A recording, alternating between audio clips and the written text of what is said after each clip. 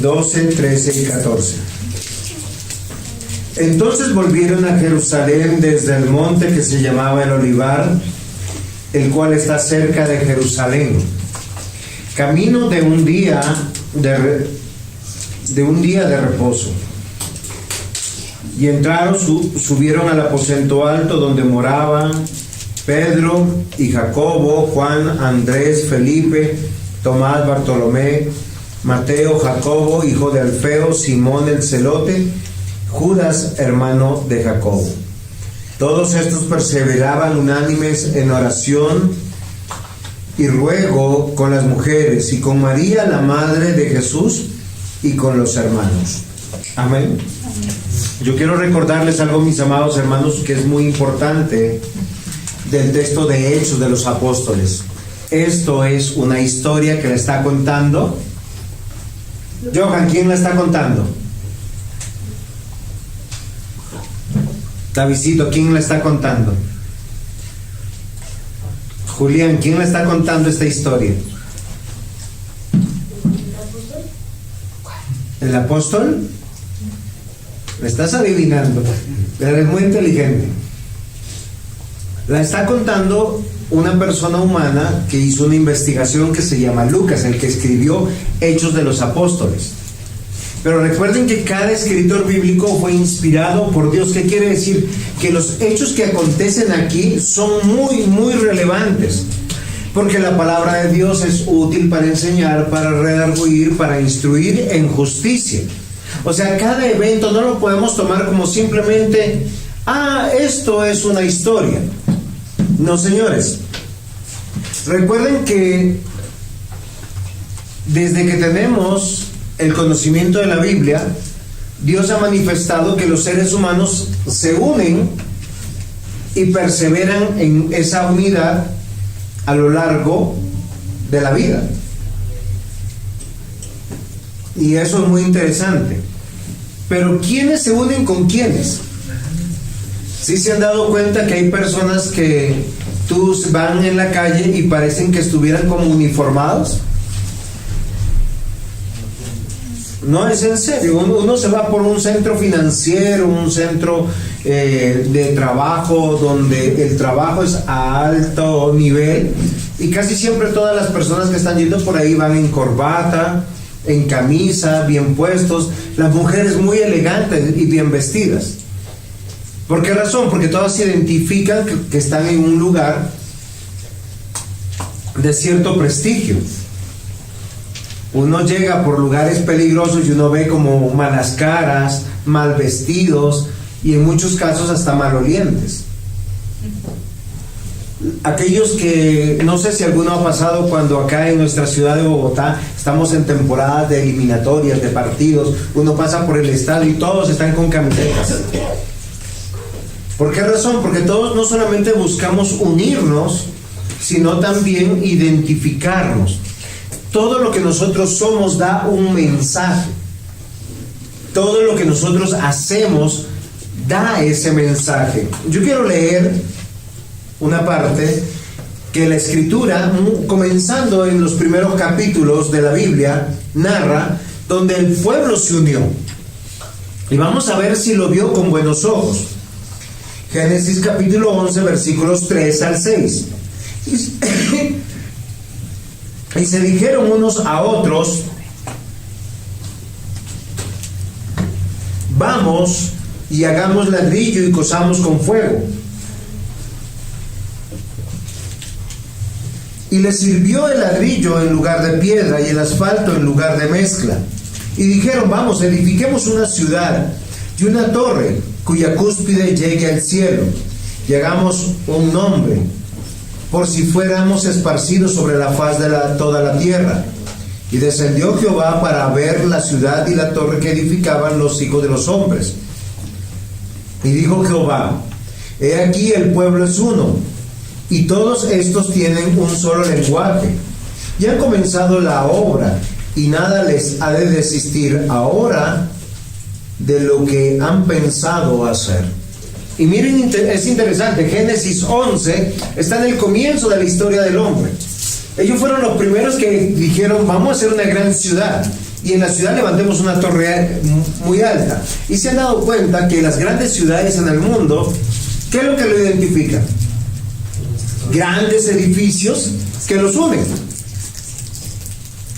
Y eso es algo muy interesante. Ellos tienen una sola forma de pensar y un mismo lenguaje.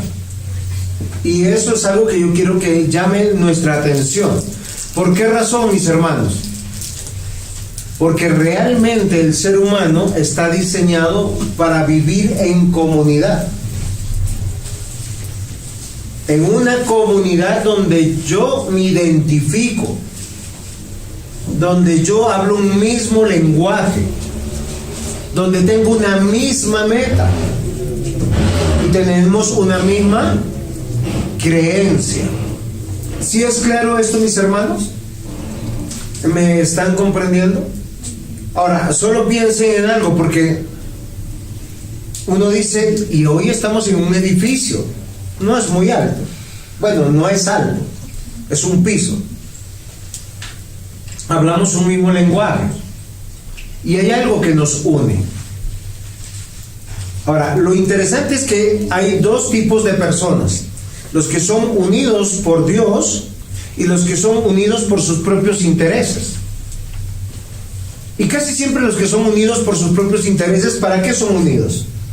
Para hacer lo malo delante de los ojos de Dios. Y puede que hay cosas que no se consideren pecado, mis amados hermanos. Pero Dios vio con profunda maldad que este pueblo en Génesis 11 se unieran porque ellos que querían, dice, ahí lo dice en el texto, Dios nos revela lo que está en su corazón. Queremos hacerlos a un nombre. Miren, y hay un pacto diabólico desde Génesis. ¿Y saben cuál es eso? Querer gobernar el mundo a través de la unidad de todas las naciones, de hacerse un solo nombre. Es algo que se está infiltrando en nuestras sociedades. Lamentablemente, nosotros hemos dicho izquierda y derecha en el sentido político, y ambos obran mal, porque los dos tienen el mismo pensamiento, porque son planes sin Dios. ¿Sí? En Europa vemos la ONU, la OTAN, la Organización de la Salud, ¿cómo se llama? La OMS. Muy bien. Ellos quieren gobernar el mundo a través de una gran organización y quieren hacerse un gran nombre. Pero los sistemas de izquierda también lo hacen de la misma manera. Solo que nosotros no nos damos cuenta. Nosotros vamos viendo los intereses que nos convienen a nosotros. Pero Dios ve eso con profunda maldad. Desde los primeros tiempos el ser humano se ha unido no para hacer lo bueno, sino para hacer lo malo. ¿Y cómo lo sabemos? ¿Por qué Dios quiere que sea unido su pueblo? ¿Y cuál es la gloria que busca ese pueblo? ¿Sí se están preguntando? Ahora, si yo me quiero unir, por eso en los últimos tiempos han surgido iglesias de jóvenes, iglesias de hombres y de mujeres. ¿Sí saben que hay iglesias donde los hombres se sientan a un lado y las mujeres a otro lado, porque las mujeres son de gran tentación para nosotros? Bueno, no estoy diciendo que sea correcto, estoy diciendo que esas iglesias se reúnen bajo esas premisas. Hay iglesias para niños y hay iglesias para ancianos. Hay iglesias donde se cantan cierto tipo de música y en otros cierto tipo de música, buscando agradar a los seres humanos. ¿Están buscando la gloria de Dios o la gloria de los hombres? ¿Y por qué yo les estoy diciendo esto, mis amados hermanos? Porque el Señor, después de que se le apareció a sus discípulos y a más de 500 hermanos, Él ascendió y les dijo, esperen una promesa, ¿se acuerdan? Y es la promesa del Espíritu Santo. Y acabamos de leer un pasaje donde están unidos y pareciera ser que acá hay santos hombres de Dios. Bueno, un hombre tan santo como San Pedro o Pedro, ¿sí? Es una alma caritativa, un hombre humilde y manso. ¿Sí era así, Pedro? No. Claro que no. Nosotros vemos que era un hombre aguerrido, un hombre muy fuerte, un hombre que sabía dirigir. Pero al lado de él estaba Jacobo, estaba Juan, estaba Andrés. ¿Se acuerdan que Juan y Andrés estaban queriendo estar al lado de Jesús y diciéndole: tú me dejas a la derecha y el otro a la izquierda, a las espaldas de los otros discípulos? No son almitas de Dios estos varones, son hombres diferentes. Tomás, ¿ustedes imaginan ese hermano Tomás? ¿Cuál es la característica más importante que la Biblia ha resaltado de Santo Tomás o de Tomás el apóstol? Que era un hombre incrédulo. O sea, incrédulo en el sentido que yo quiero tocar, yo quiero ver para creer. Pero el Señor le dijo: bienaventurados los que creen sin ver, y los que creen sobre todo a la palabra del Señor. Pero estos andaban juntos. Y Dios nunca, cuando ve a su pueblo junto, tiene reproche para su pueblo. Nosotros en el culto leímos, al comenzar, ¿se acuerdan? Un texto en la Biblia, en Levíticos 9. Y el Señor permitió un lugar que se llamaba el tabernáculo, donde todo el pueblo se reunía. ¿Para qué se reunía el pueblo ahí? Para mostrar unidad, para mostrar la obra de Dios y para mostrar la misericordia que Dios había tenido por un pueblo malo, un pueblo que se peleaban unos con los otros, un pueblo que competía uno con los otros. Pero ese pueblo, Dios lo ve bien que se una, porque es el pueblo de Dios. Ahora, hay dos acciones que yo le explicaba a una hermana que un ser humano puede tener. O sea, puede estar haciendo lo mismo, pero si lo hace para Dios, tiene un nombre, y si lo hace para el mundo, tiene otro nombre. Si lo hace para Dios, se llama perseverar. ¿Qué es perseverar? Cuando usted le dicen perseverar, significa persistir, durar o permanecer. ¿Sí? Yo le puedo decir a mi esposa: vamos a seguir haciendo el culto y vamos a seguir predicando el evangelio. Y yo me puedo poner firme en eso y pararme en la raya. Eso es perseverar. Pero si yo le digo a mi esposa: yo quiero hacer esta acción, menciónenme en algún pecado que un hombre pueda hacer, un esposo, que pueda hacer que desagrade a una mujer cristiana. Ayúdenme, por favor. ¿Tomar? Irse a beber, listo. Entonces yo me metí a una cantina y mi esposa me marca, me llama, me dice: Juan, ya te has tomado 2, ya te has tomado 3, ya te has tomado 4, y se pone brava conmigo. Si yo me mantengo en esa acción, ¿qué significa esa acción? No, señor, no es perseverar. Recuerden que en lo bueno es perseverar y en lo malo tiene otro llamado. Se llama necedad, se llama rebelión. ¿Por qué razón? Porque nosotros mantenernos y unirnos, porque eso me ayuda a unirme a otras personas. Y todos nosotros nos puede pasar eso. Ahora, puede que yo vaya a un grupo de amigos y yo puedo decir: todos están tomando y yo me estoy tomando 2 y 3. Pero ¿cuál es mi deber como esposo? Proteger, cuidar a mi esposa, a mis hijos, darle testimonio de la obra de Cristo. Entonces, ¿yo qué tengo que hacer? Apartarme e irme y volver. Sí, porque yo soy cabeza. Entonces estamos hablando de 2 acciones, y de 2 acciones que me llevan a unirme, a hablar un lenguaje y testimoniar de lo que está pasando en mi vida. Recuerden que la Biblia va a decir algo muy interesante: todo me es lícito, mas no todo me conviene. Hay cosas que no son convenientes para nosotros, y una de las cosas que no es conveniente, y por decir, acá está Oscar y Nicole, que es un matrimonio muy joven, es que ellos empiecen a tener amigos no cristianos. ¿Por qué razón? Porque Satanás lo primero que va a hacer para atacar la iglesia es atacar un matrimonio joven. ¿Qué tiene que hacer Oscar como un hombre sabio? Pues no llevar a su mujer, porque a veces los jóvenes somos tontos y torpes. Ay, mira, te presento a mi esposa. Y dicen: wow, está bonita y es juiciosa. ¿Pero qué están haciendo? ¿Le están echando el ojo? Y uno como una bestia que va al matadero, se expone.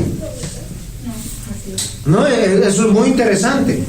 Y el esposo está tranquilo, no es que es mi mejor amigo, es que es el amigo de la infancia, es mi hermano, es un enviado de Satanás, solo que uno no sabe. Queridos hermanos, ¿por qué yo les estoy diciendo esto? Porque si yo me mantengo, miren, en las cosas buenas, se llama persistir, durar, permanecer o perseverar. Y Dios nos va a determinar en su palabra en las cosas que tenemos que perseverar. Pero hay acciones que las que Dios me demanda huir. Pero yo puedo estar diciendo, no, pero es que yo soy perseverante. No, eso es ser necio, rebelde, obstinado. Ahora, yo voy a leer 3 citas bíblicas para que vean y explicarme mejor. Éxodo 32, 9 al 10. Dijo más Jehová a Moisés: yo he visto a este pueblo, que por cierto es pueblo de dura cerviz. Ahora pues déjame que se encienda mi ira con ellos, los consuma, y de ti yo haré una nación grande. ¿Qué había pasado? El pueblo de Dios se había unido y se estaban levantando contra aquel que era su pastor y su Dios. Y Moisés, ¿saben qué? Había momentos de Moisés que yo en algún momento no lo entendía cuando yo leía la Biblia. Cuando fui pastor ya lo entendí. Es en serio, porque es que uno quiere el bien de la congregación y uno le dice más o menos y los dirige conforme a la palabra. Y lucha y uno los guía, pero uno no ve el resultado. Entonces uno se siente frustrado, se siente amargado.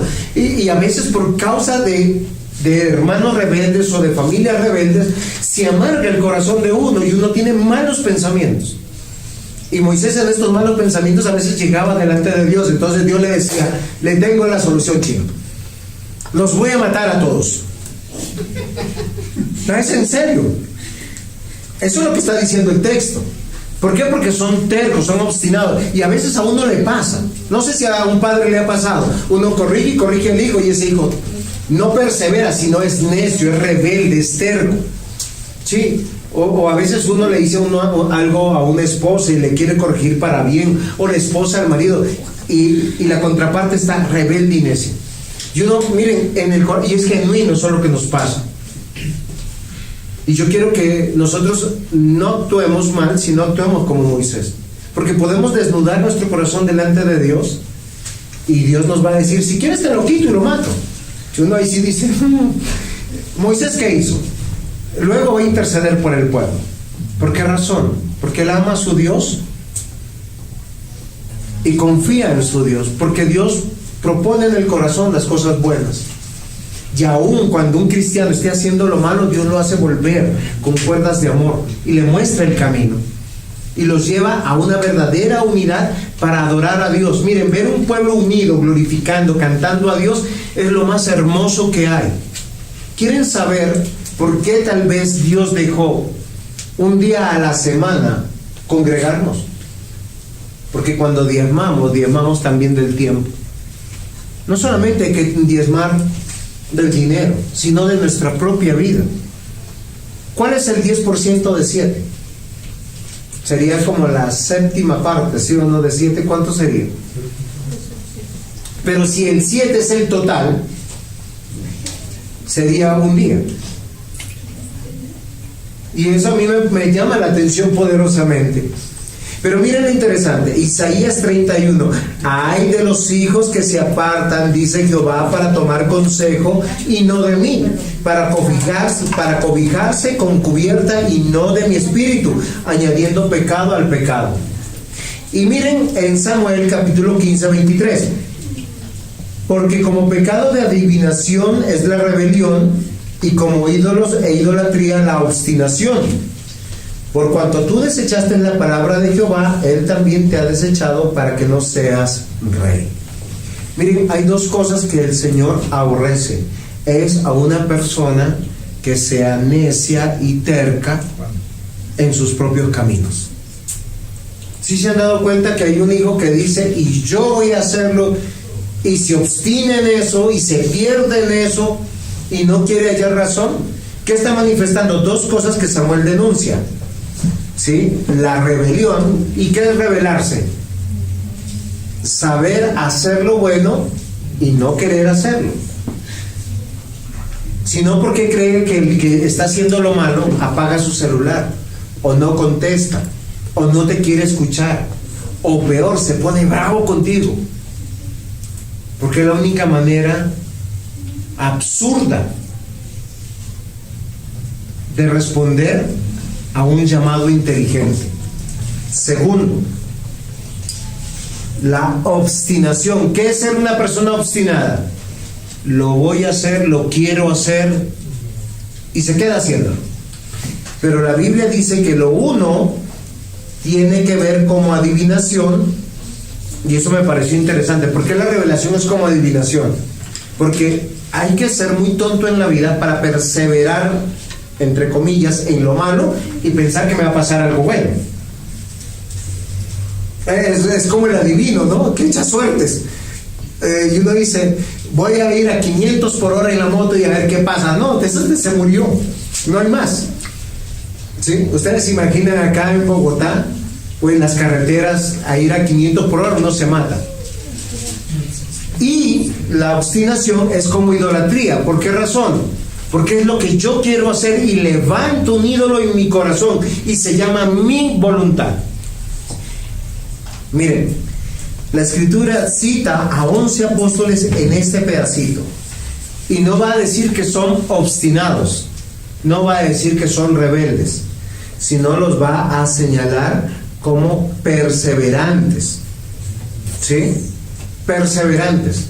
Ellos habían abandonado toda su confianza y esperanza. ¿Se acuerdan? Ellos se habían ido cada quien por su lugar y se estaban devolviendo a su camino. Es como cuando a ti te dan una mala noticia y tú coges tu morralito, tus cosas y se acabó, me voy.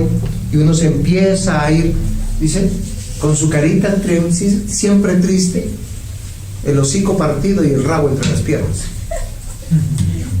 Y eso me parece interesante. Cuando uno, eso le pasa a todo terco, a todo obstinado. Y lo hago y lo voy a hacer y se llena de argumentos. Pero cuando todo le sale mal, y miren, yo he avisado a muchos hermanos, cuiden a sus esposas, no las expongan. Cuiden a sus esposos, mujeres, no los expongan. Y cuando no hacemos caso a veces, ¿qué pasa? El mundo a través de otras personas se los devora. Y los cristianos somos un círculo cerrado. Créanme, queridos hermanos, se los voy a demostrar no con esta prédica, sino con más de 200 prédicas que tienen que ver con Hechos de los Apóstoles. Si alguien me ayuda con la puerta, por favor. La Biblia dice claramente que nosotros tenemos que ser perseverantes y no necios. Les pregunto, ¿para qué nos reunimos? Nosotros acá como iglesia, ¿para qué nos reunimos, queridos hermanos? Para adorar a Dios. No nos reunimos para agradarnos. Por eso en la iglesia de Cristo hay personas de todas las edades, desde los abuelitos hasta los niños. Sí, claro, si hacemos cosas selectas o queremos hacer cosas selectas para agradar a un grupo, seríamos sectarios. ¿Para qué nos reunimos aquí? Para agradarnos. Miren, no tocamos la música que nos gusta, la prédica no es la que nos gusta, las personas que están al frente posiblemente no son las que nos gustan, y los hermanos que están al lado no son los que nos gustan.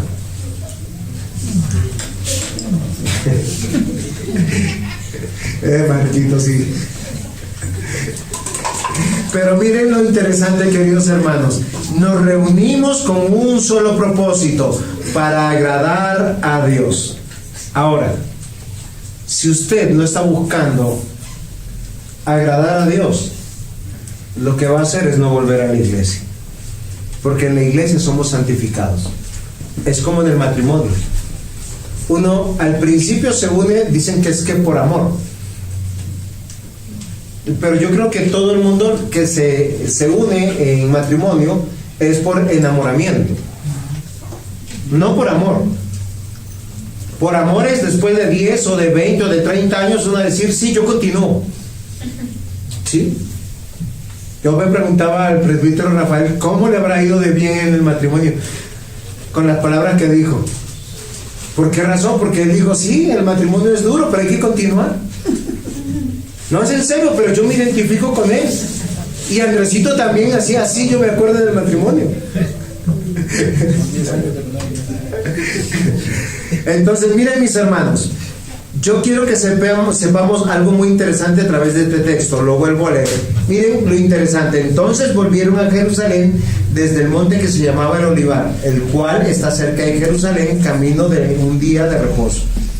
Y entrados subieron al aposento alto donde moraba Pedro y Jacobo, Juan, Andrés, Felipe, Tomás, Bartolomé, Mateo, Jacobo, hijo de Alfeo, Simón el Celote, y Judas, hermano de Jacobo. Todos estos perseveraban unánimes en oración y ruego con las mujeres, con María, la madre de Jesús, y con sus hermanos.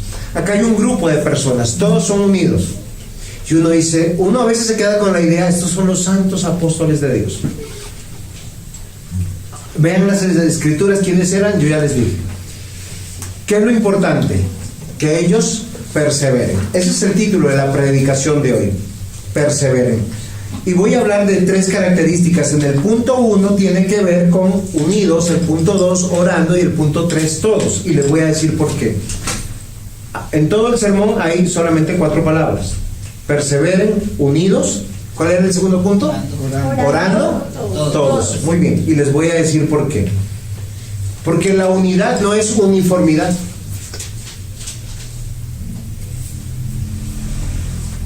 Sí.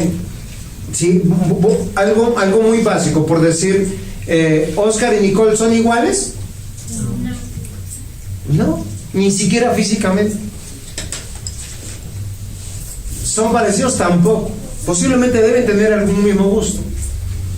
Dentro del matrimonio, pero Dios nos llama a la unidad en el matrimonio. Y la unidad es permanente.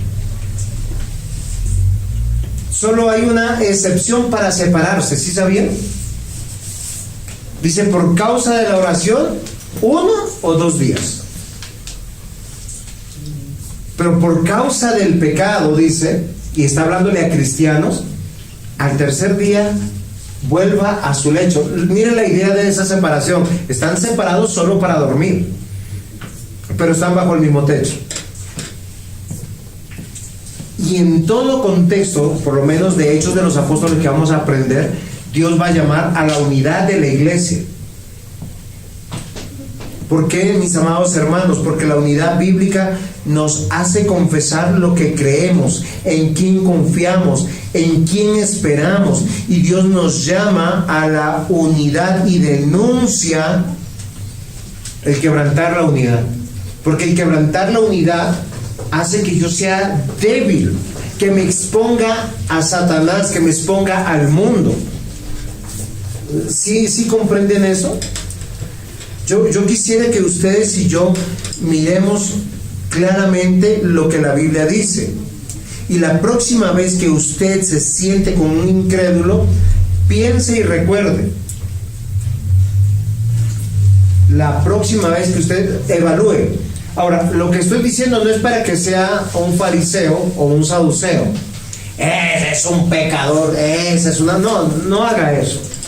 Lo que yo quiero es que usted evalúe cómo Dios, a través de sus ojos, de su corazón, ve al cristiano y ve al no cristiano. Santiago capítulo 4, y yo he leído mucho este texto, porque yo quiero advertir a los hijos de Dios. Es mi deber como pastor, como padre, como hermano en la fe, predicar el texto. ¿Por qué todos estos 11 hombres que están reunidos en el aposento alto, con otras mujeres, se apartaron de los demás hermanos? ¿Acaso ellos no tenían familia? ¿Acaso ellos no tenían cultura? ¿Acaso ellos no tenían trabajos e intereses? Pero ellos buscan la unidad con un propósito mayor que ellos mismos.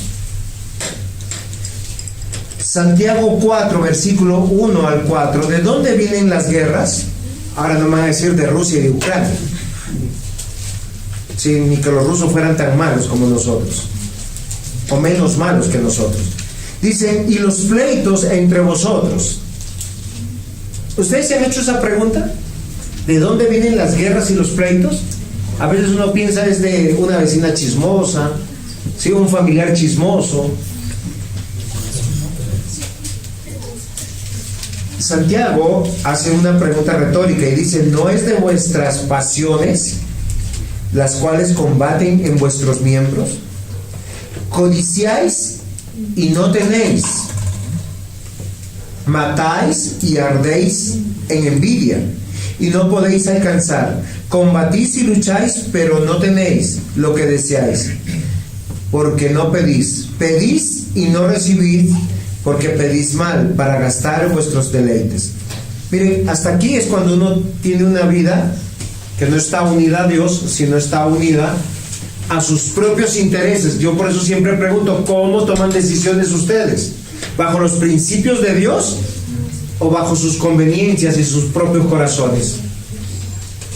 Los discípulos acá convocados, ellos tenían una vida en sus hogares, una vida en su región, sus trabajos, y ellos fueron arrancados por causa del llamamiento de haber nacido de nuevo. Y todas las familias que están en Hechos de los Apóstoles, unos importantes y otros menos importantes, también de la misma manera, pero fueron arrancados de esa forma de ver la vida. Porque a veces uno piensa que lo que yo vaya a hacer de aquí a los 40 años y después tengo que disfrutarlo. La Biblia dice, ¿cuándo vamos a disfrutar realmente la vida? El Señor Jesús dijo, cuando yo venga por ustedes.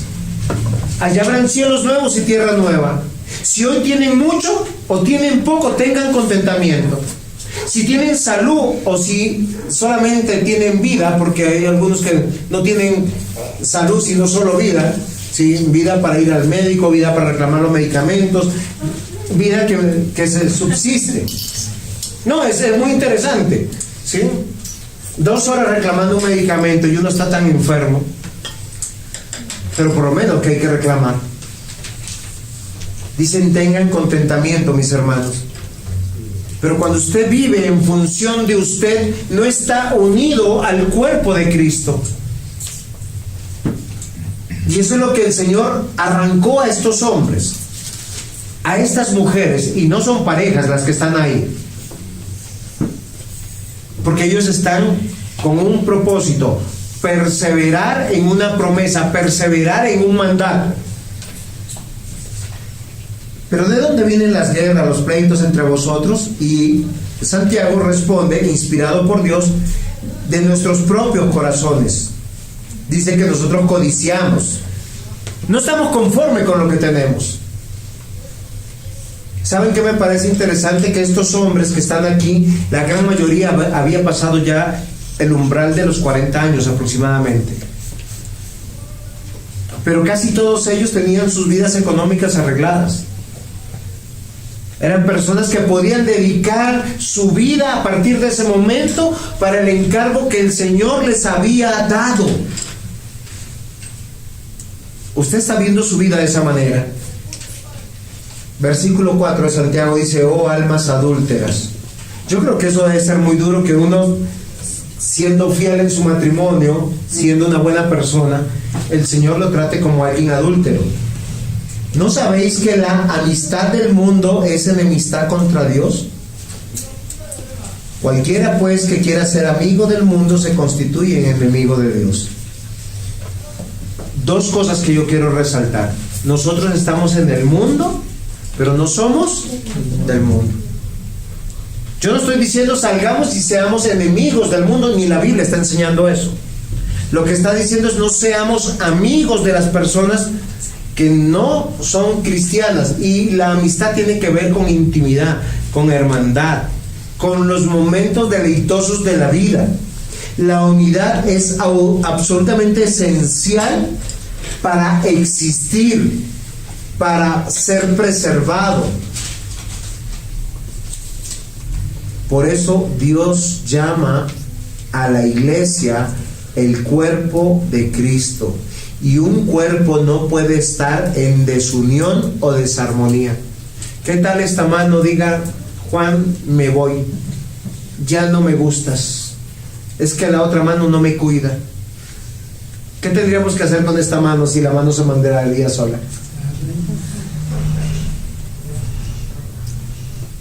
Es terrible, ¿sí o no? Porque uno tendría que venir mutilado, y mucha iglesia está mutilada porque muchos hermanos piensan de esa manera independiente, creen en el Señor pero no se unen. Ahora, nosotros no nos unimos por la empatía que tengamos, sino por el amor, el gozo y la paz que Dios ha puesto en nosotros, su Santo Espíritu. Miren cómo el Señor destaca la importancia de la unidad. Salmo 133, versículos 1 al 3. Mirad cuán bueno y cuán delicioso. Eso parece un almuerzo, ¿sí o no? Parece el banquete del matrimonio. Dice, mirad cuán bueno. Eso se veía bueno. Yo entré y vi ese ganso de frutas. ¿Así sería?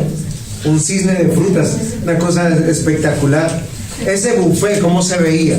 Cuando uno entra a un buffet, uno ve todo eso hermoso. Pero acá dice, mirad cuán bueno y delicioso es habitar los hermanos juntos en armonía.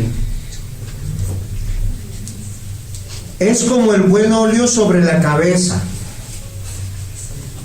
el cual desciende sobre la barba de Aarón, y baja hasta el borde de sus vestiduras, como el rocío del Hermón que desciende sobre los montes de Sión, porque allí envía Jehová bendición y vida eterna. Miren, queridos hermanos, Dios nos ama en Cristo, pero nos ha amado para unirnos a una iglesia, para amarnos en medio de nuestras diferencias, para amarnos en medio de nuestros pecados. Miren cuán hermoso es. Miren, hay algo muy interesante. Yo en la noche estaba muy enojado con mi esposa. Es en serio. Pero yo luego me levanto y yo digo, la embarré. Pero a veces uno es tan malo que uno no tiene la valentía de decirle, esposa, ¿me perdonas? Es en serio. Salvo que haya una conveniencia de por medio, ¿no? Pero de verdad, yo me porté mal con Raquel. Raquel, ¿me perdonas? ¿Sí me está escuchando? Está brava. Dice que no me perdona. Pero es en serio. ¿Por qué razón? Porque a veces hay cosas que nos afectan humanamente y uno no es perfecto. Y yo nunca me voy a mostrar delante de ustedes como el pastor, así como que camina sobre las nubes, ¿no? Y que habla pasito. Yo soy Juan José Dávila, su hermano en Cristo, y espero que oren por mí. Y espero crecer como cristiano. Pero cuando Dios mira mi matrimonio y lo ve en desunión, en pelea, en contrariedad, no es agradable a Dios. Pero cuán bueno y cuán delicioso es habitar o estar vivos los hermanos juntos en armonía. Los hermanos en Cristo tenemos que estar juntos en armonía. Eso trae alimento espiritual, eso trae alegría, el verlos, el estar aquí juntos. Y yo les quiero rogar, mis amados hermanos, por algunas razones que voy a citar en algunos versículos. Dice 1 Corintios 12:27, vosotros pues sois el cuerpo de Cristo y miembros cada uno en particular. ¿Por qué tenemos que estar unidos? Porque somos miembros de un solo cuerpo. ¿Por qué la Biblia dice mujeres estar sujetas a sus propios maridos? No dice mujeres estar sujetas a todos los hombres, sino a sus propios maridos. Ahora, eso no significa, cuando dice sujeta es como ya les he explicado, que uno se aferra a algo, entonces el marido tiene que ser cuidadoso de él y de ella, porque ella es el vaso más frágil y tiene que caminar con cuidado para no lastimarla, para no atropellarla, porque el hombre da cuentas a nuestro Dios. O sea, cuando usted está unido realmente agradable a Dios, pues es un olor fragante para Dios. Cuando en nuestra iglesia estamos acá reunidos, confesando una misma fe en el Espíritu Santo, en el amor de Cristo.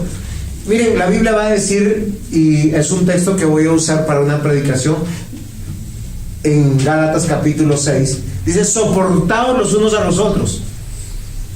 Pero no es resignación lo que el Señor está pidiendo, como diciendo, me tocó, ya no me puedo ir de esta iglesia, entonces me tocó. No es así. Cuando dice soportado, te está diciendo que tú que eres más fuerte, tú que Dios te está hablando, tú que estás más lleno de amor y de misericordia, ámalo, Ama al otro que no quiere dejarse amar. No le reproches, no lo juzgues, ámalo, porque eso trae unidad y trae verdadero dolor. Ustedes se imaginan estos hombres, y ya les dije cómo era Pedro, ¿no? ¿Cómo sería Jacob, Juan, Andrés, Felipe, Tomás, Bartolomé, Mateo, Simón el Celote, Judas, hermano de Jacobo? Recuerden que Judas, el hermano de Jacobo, es Santiago mismo. No es el Judas el Iscariote, ese ya se murió. Nos lo van a contar en la próxima predicación. Miren, entonces, ¿por qué tenemos que estar juntos y unidos? Porque somos un cuerpo. Por eso cada iglesia local es voluntaria la pertenencia, Marquitos. Usted está a tiempo todavía. Usted ha pedido membresía y estamos orando porque el Señor lo guíe. Pero una vez que uno se jura, está jurando delante de Dios. Es como le dijimos a Oscar y a Nicole: ustedes van a jurarse delante de Dios ser esposos. Por eso esperamos que lo único que los separe sea la muerte. Romanos 12:5: así nosotros, que somos muchos, somos un cuerpo en Cristo e individualmente miembros los unos de los otros. ¿Qué pasa cuando este cuerpo le faltan miembros y viene como un cuerpo a presentarse a adorar? ¿No viene como un cuerpo mutilado?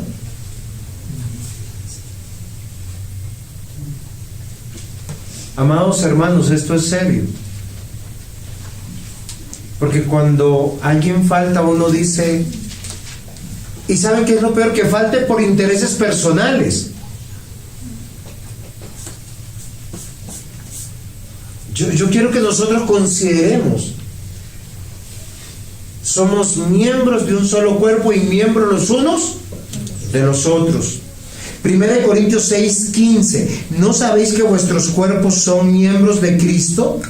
¿Tomaré acaso los miembros de Cristo y los haré miembros de una ramera?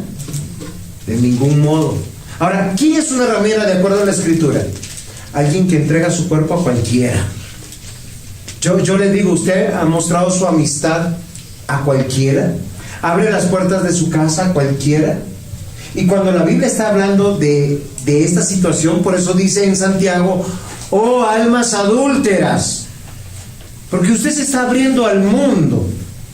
Y como les digo, no estoy diciendo que seamos fastidiosos a las personas no cristianas. Las personas no cristianas necesitan el evangelio. De hecho, el encargo que está aquí dice: ustedes van a ir unidos, esperando la promesa del Espíritu Santo, para predicar el evangelio, no para ser amigos, no para compartir. El secreto de la unidad, mis amados hermanos, comienza en el obrar del Espíritu Santo en nuestro corazón. Miren, 1 Corintios 10:17: puesto que el pan es uno, nosotros somos muchos, somos un cuerpo, pues todos participamos de aquel mismo pan. ¿Qué es lo que nos une?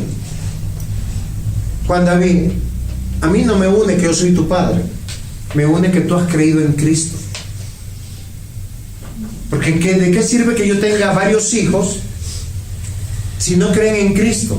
Porque yo iré al reino de los cielos y los que no creyeron en Cristo irán al infierno bajo la ira de Dios. ¿De qué sirve de que yo ame a una mujer hermosa, bonita, inteligente, que esté haciendo morcillas al diablo? Ustedes me entienden. Por lo menos creo que en el contexto colombiano hacer morcillas al diablo es que simplemente esté viviendo la vida sin hacer mal a nadie, pero que no cree en Cristo. ¿De qué sirve?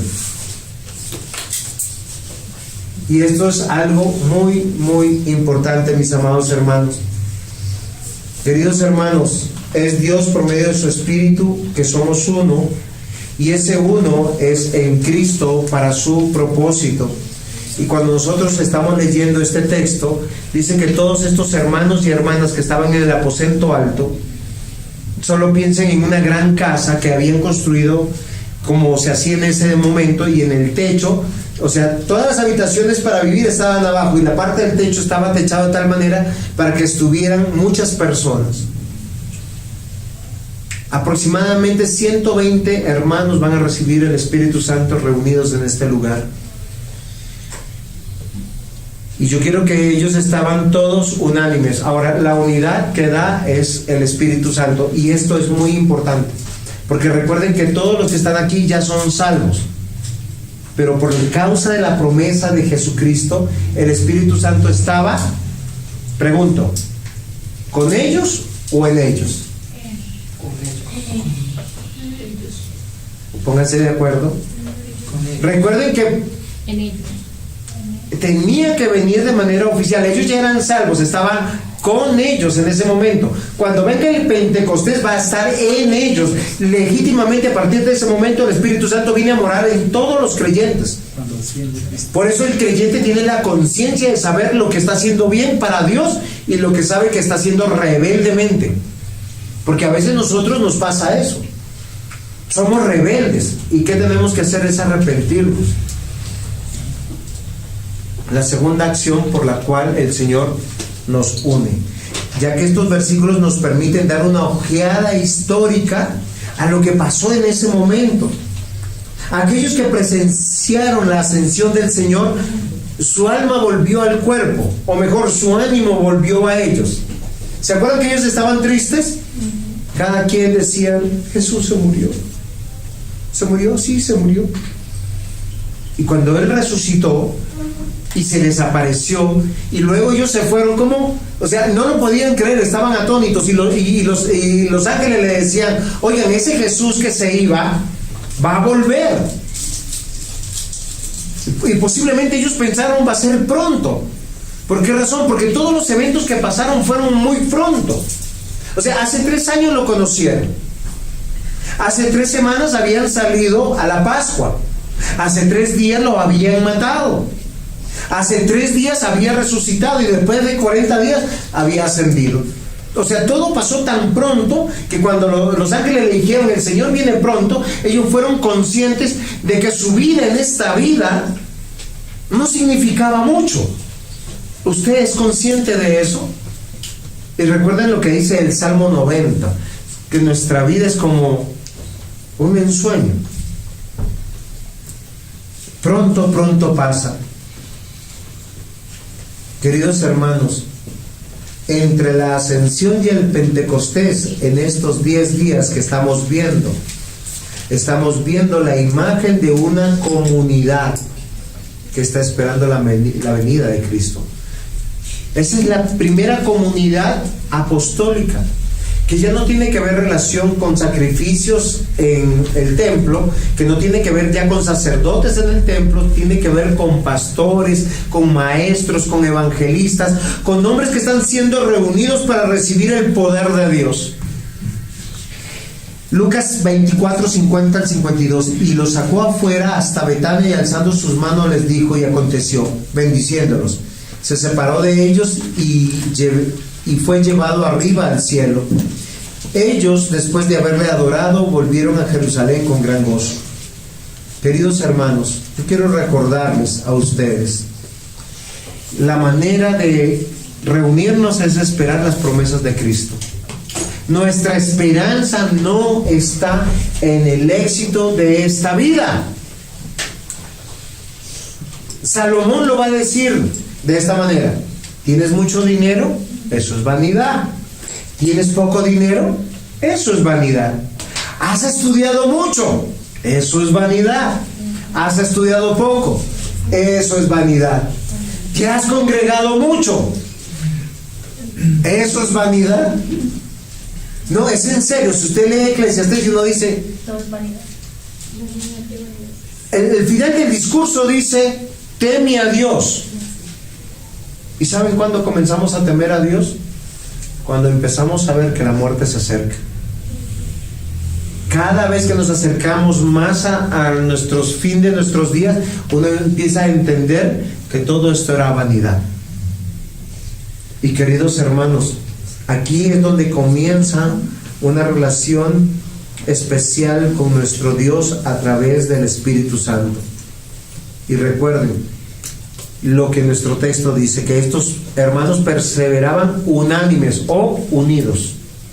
Y no por causa de ellos, porque todos ellos eran como una pequeña bomba de tiempo. No es en serio. Si usted mira a Pedro, es una bomba de tiempo. Él explosionaba y agárrese quien pueda. Él le cantaba la verdad a todo el mundo, inclusive a Jesús se lo dijo. El Señor Jesús dijo, me voy, y él dijo, no te vas. ¿Y qué le dijo el Señor? Apártate de mí, Satanás, porque me eres piedra de tropiezo. Pero ese era Pedro. Y el Señor le dice, tú me negarás. Y el otro dice, no, yo nunca te negaré. Y le dice, esta misma noche lo harás. Yo quiero que evalúen bien, porque muchos de nosotros somos así. Y yo quiero que hoy recordemos que si estamos unidos, no estamos unidos para hacer los planes de esta vida, sino el propósito de Dios. Recuerden algo muy, muy importante. El Señor nos mandó y nos envió a ser discípulos a todas las naciones, a predicar el Evangelio, a enviar las buenas nuevas. Usted cuando deja su casa y viene acá, le está diciendo que tiene un Dios al cual va a adorar, al cual le va a cantar, al cual le va a presentar sus ofrendas, su vida misma, dicen presentados en Romanos 12, como sacrificio vivo, santo y agradable a Dios, olor fragante.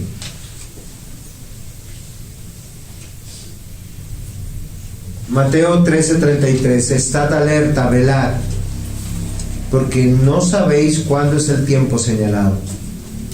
Efesios 6:18, con toda oración y súplica, orando en todo tiempo, en el Espíritu. Así velad con toda perseverancia y súplica por todos los santos. Y Colosenses 4:2 dice, perseverad en oración, velando en ella con acción de gracias. Yo quiero hacer una pequeña aclaración, porque usted me puede entender el tema de la oración como esa acción religiosa de estar de rodillas y no saber a veces qué decir, y empiezan mucha gente a hablar de muchos aspectos teológicos de Dios, y posiblemente está bien hablar del carácter de Dios cuando usted le conoce, está bien, pero cuando la Biblia habla casi siempre de orar, habla en dos aspectos, de dar súplicas y gracias. ¿Sí? En ninguna parte dice que nosotros tengamos que pedir de otra manera, pero la oración significa hablar con Dios. Yo no sé si a ustedes le pasa lo que a mí me pasa, ¿no? En mis momentos de mayores angustias, lo que yo hago es hablar con Dios, decirle, Señor, me está pasando esto, Señor, ayúdame, Señor, esto es lo que tú conoces, ¿sí? Entonces, ayer, por decir, 2-3 hermanos me dicen, pastor, no puedo ir por esta razón, y claro, uno no se siente como muy bien como pastor y como cabeza en la iglesia diciendo, ¿y ahora qué va a pasar? Las razones pueden que sean justas, no estoy diciendo que estos hermanos sean injustos, pero uno dice, ¿y ahora qué va a pasar? Y yo después me acuerdo, todo es para bien, todo está en las manos de Dios. Señor, yo le decía anoche, ayúdame a confiar, ayúdame a depender de ti, que tu gozo, ya tarde en la noche, no se me aparte de mí, porque cuando el gozo de la salvación se aparta, viene la amargura del pecado, y en medio de la amargura del pecado no lastima a los que quiere. Por eso dice, estad alerta, velad, porque no sabéis cuándo viene el tiempo señalado de la tristeza o de la amargura. ¿Qué les estaba diciendo Jesús a sus discípulos? Me van a matar y ustedes no van a saber qué hacer. Y yo les digo, en algún momento un hermano va a pecar y usted no va a saber qué hacer, y usted va a reaccionar posiblemente con la amargura de su dolor. ¿Y qué va a quebrantarlo primero? Es la unidad de la iglesia, la unidad del hogar, la unidad de las relaciones de los hermanos. Hoy yo los quiero llamar al arrepentimiento, mis hermanos, si usted en alguna medida ha pensado eso, y recordar que el Señor nos llamó a estar unidos, pero en oración los unos por los otros. No siempre es por mí, sino por el otro. Cuando es por mí, Señor, yo siempre le digo, ten misericordia de mí, porque uno es propenso a juzgar, a lastimar a otro, a pecar mal, cuando no creo que haya pecar bien, ¿o sí? Sí. El creyente ora porque puede. O sea, usted puede orar, hablar con Dios, La Biblia dice que el Señor le ha permitido a todos los cristianos poderse acercar en cualquier lugar del mundo y decirle: Señor, estoy en tus manos, ten misericordia de mí. Suplicar por su vida, suplicar por la vida de sus hermanos, suplicar por su iglesia, suplicar por los encargos que ha estado. Entonces él puede. Segundo punto, debe. ¿Me explico, mis hermanos? Orar tiene que ver con poder hablar con Dios.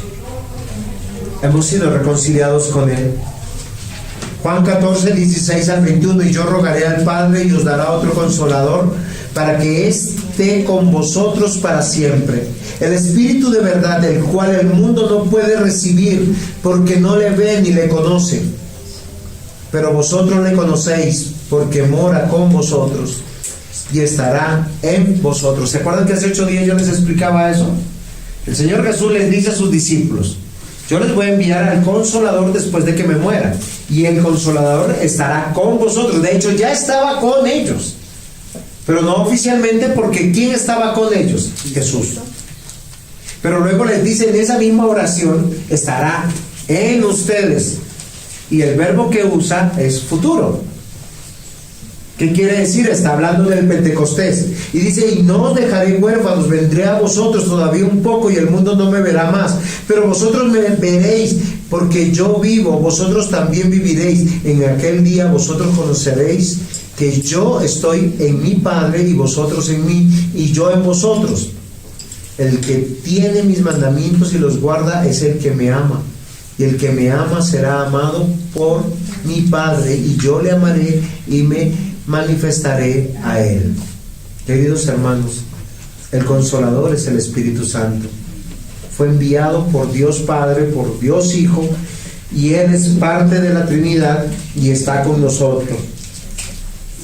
Es el que nos va a hacer eficaces para entender la obra de Dios y hacer la obra de Dios. Entonces, perseveremos o perseverarán. ¿En qué? En la unidad. ¿Qué es lo que Satanás quiere? Romper la unidad de la iglesia. A veces con nuestros propios pecados, y a veces con los pecados de otros, y nos dará la razón. Te dirá: mire ese, y dice que cristiano. Y uno es bueno para juzgar y para culpar. Pero la Biblia, que dice: cuando tu hermano peca contra ti, ¿qué tienes que hacer? Eso es muy fácil. ¿Qué tienes que hacer tú cuando tu esposo peca contra ti?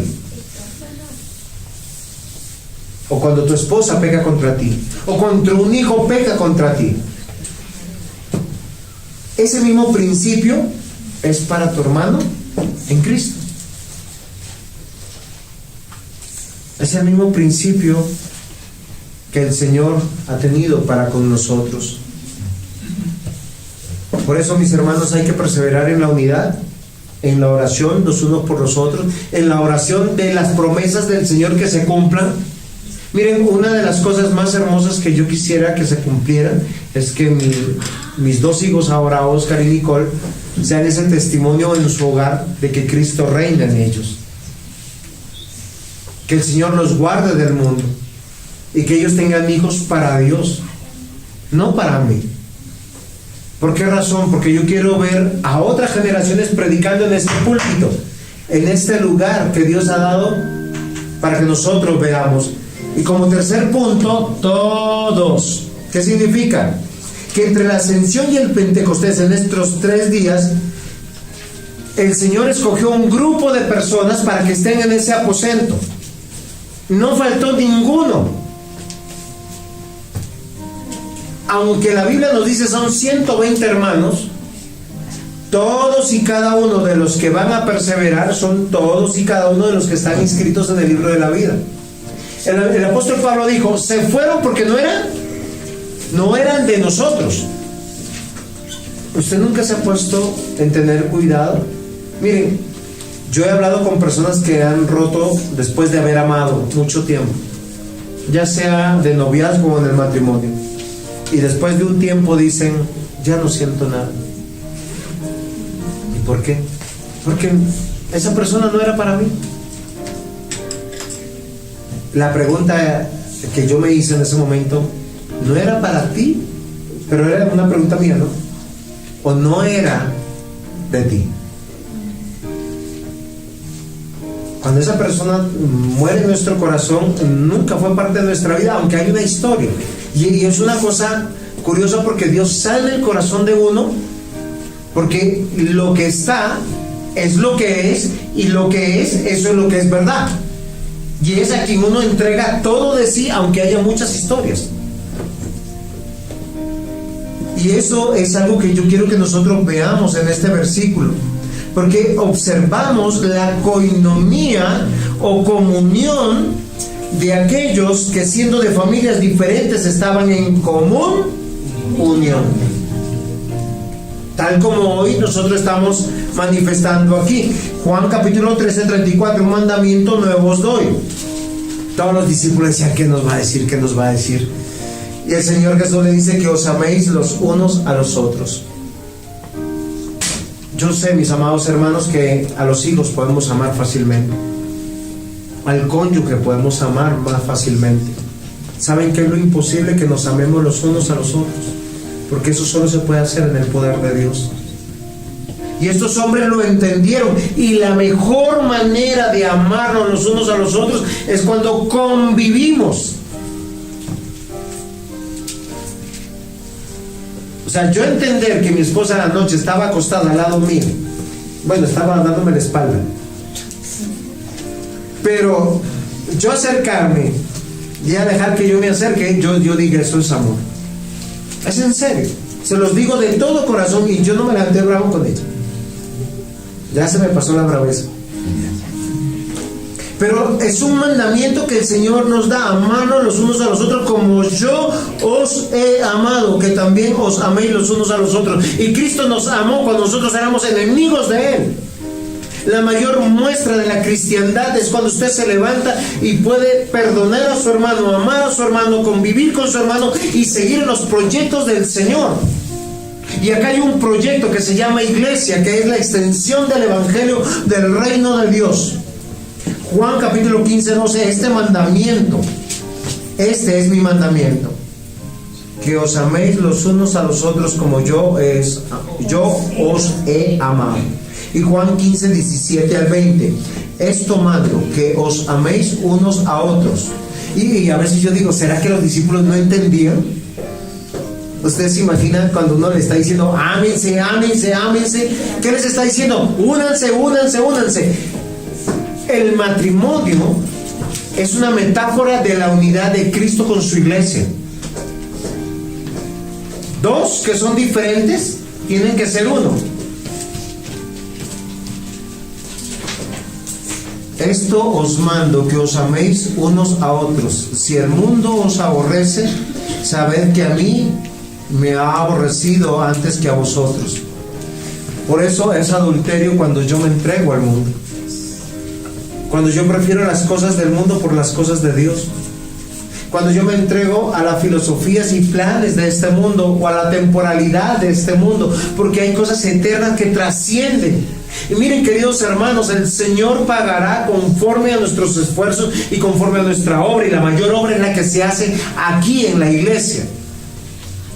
Porque estamos expandiendo el reino de Dios, estamos abriendo las puertas del amor, del perdón, de la misericordia.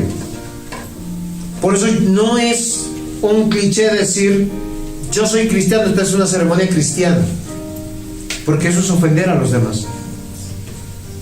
Yo tengo que decir todo lo contrario, disponerme a predicar el evangelio a aquellos que llegaron a la casa del Señor con amor, a amarnos como Cristo nos amó. ¿Y cómo nos amó? Cuando éramos sus enemigos. Hay que predicar más con las acciones que con las palabras. Las cosas de Dios tienen que ver con todo lo que Dios nos ha encargado. Y dice, si el mundo os aborrece, no dice si ustedes aborrecen al mundo. Nosotros cuando queremos amar a las personas no cristianas, ellos no se van a dejar, nos van a aborrecer a nosotros. Tú le vas a decir, eso no le agrada a Dios, y esa persona te va a juzgar y te va a señalar. Pero ¿por qué razón? Sabed que a mí me ha aborrecido antes que a vosotros. Si fuerais del mundo, el mundo amaría lo suyo. Pero porque no sois del mundo, antes yo os elegí del mundo. Por eso el mundo os aborrece. Acordaos de estas palabras que yo os he dicho. El siervo no es mayor que su Señor. Si a mí me han perseguido, también a vosotros os perseguirán. Si han guardado mi palabra, también guardarán la vuestra. Queridos hermanos, estar unidos en Cristo, estar en oración y estar todos, está por implícito la separación con los no cristianos. Usted que está hoy en este lugar está separado del resto del mundo. ¿Qué es lo que más anhelamos? Que esas personas que amamos estuvieran aquí con nosotros adorando al verdadero Dios, al verdadero Señor y Salvador nuestro. Por eso el mandamiento no lo deben olvidar. Por tanto, id y haced discípulos a todas las naciones, bautizando en el nombre del Padre, del Hijo y del Espíritu Santo, e enseñándoles con nuestras vidas que guarden todas las cosas que nos ha mandado. O sea, usted como discípulo, ¿cómo muestra que ama a Dios? Guardando lo que Dios dice que guardemos. Y no olvidando, aquí yo estoy con vosotros todos los días hasta el fin del mundo. Queridos hermanos, el libro de Hechos es el Evangelio del Espíritu Santo. Es el amor no en palabras bonitas, sino en acciones de personas que decidieron dejarlo todo por predicar a su Señor, porque Cristo venía pronto. ¿Usted está entendiendo que Cristo hoy puede venir por su vida? Hoy tenemos que llamarnos al perdón, a la reconciliación, a la unidad, a orar unos por otros. Que el Señor nos ayude, porque el Señor ayudó a estos hombres y mujeres para dar sus vidas por el Evangelio. No por un bien, no por un proyecto, no por un bienestar económico, sino para predicar de aquel que dio su vida por ellos mismos, que dejó su trono para estar en medio de nosotros, por Jesucristo nuestro Señor, nuestro Dios y nuestro Salvador. No estamos en este mundo dando vueltas por aquí y por allá, divagando en las filosofías o cosas o los negocios de este mundo. Dios nos ha puesto como iglesia y hay que hermosearla con nuestra vida. Hay que dar testimonio que somos hijos de Dios. Todos los salvos, todos los hijos de Dios reunidos, orando uno por otro, siendo testigos y testimonios de su obra, donde Él es la cabeza y donde Él nos invita a mirar alrededor, a observar los detalles que está haciendo. Aquel que comenzó la buena obra, miren mis hermanos lo que voy a hacer, la está perfeccionando, perfeccionando, perfeccionando, perfeccionando, perfeccionando, perfeccionando, perfeccionando, perfeccionando, perfeccionando. ¿Sí me comprende? No estamos perfectos. Unidos en oración, todos los que Dios ha añadido, perseveren en Cristo. Amén. Amén. Pongámonos en pie, demos gracias al Señor.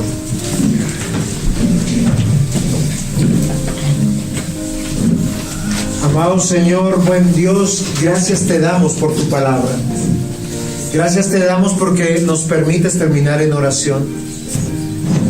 Unánimes, unidos, y hay un clamor de nuestro corazón. Señor, tenga aún más misericordia de nosotros. Gracias por unirnos, gracias por llamarnos a la oración, gracias por traer a todos aquellos que deseamos buscar tu gloria, tu honra, y permítenos, Señor, ser útiles en la extensión de tu reino. Gracias te damos por la oportunidad de aquellos que podemos consagrar nuestro tiempo completo para predicarte, para pastorear tu iglesia, para cuidarla. Bendice, Señor, nuestra vida, aumentando nuestra fe, dándonos ese amor genuino, ese gozo y esa paz que solo viene de ti. Gracias por tu Espíritu Santo que está en nosotros y que nos guía siempre a toda verdad y que también nos muestra el pecado y nos da arrepentimiento. Señor, bendice tu palabra y no dejes que vuelva vacía. En el nombre de Jesús.